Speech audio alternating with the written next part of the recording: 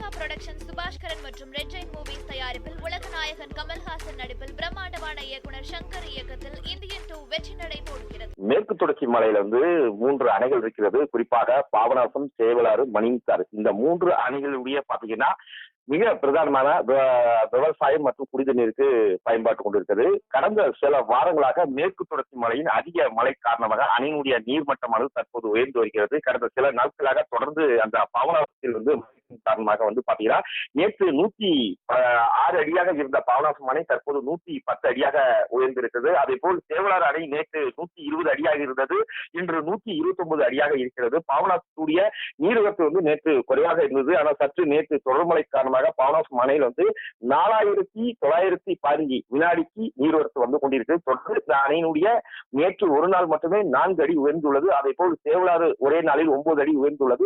மணிமுத்தாறு அணையில் 73 அடியாக இன்னும் இருக்கிறது. அங்கு நேற்று வெறும் 70 கனஅடி நீர்வரத்து கொண்டிருந்தது. இன்றைய காலை நிலவரப்படி பாத்தீங்கன்னா 320 கன அடி நீர்வரத்தானது தொடர்ந்து கொண்டிருக்கிறது.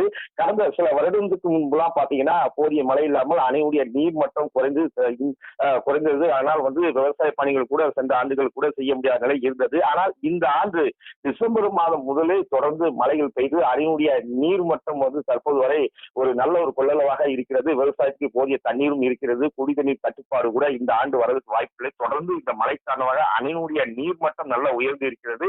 தொடர்ந்து மேற்கு தொடர்ச்சி மலை பகுதியில் இன்னும் மழை பெய்து கொண்டுதான் இருக்கிறது.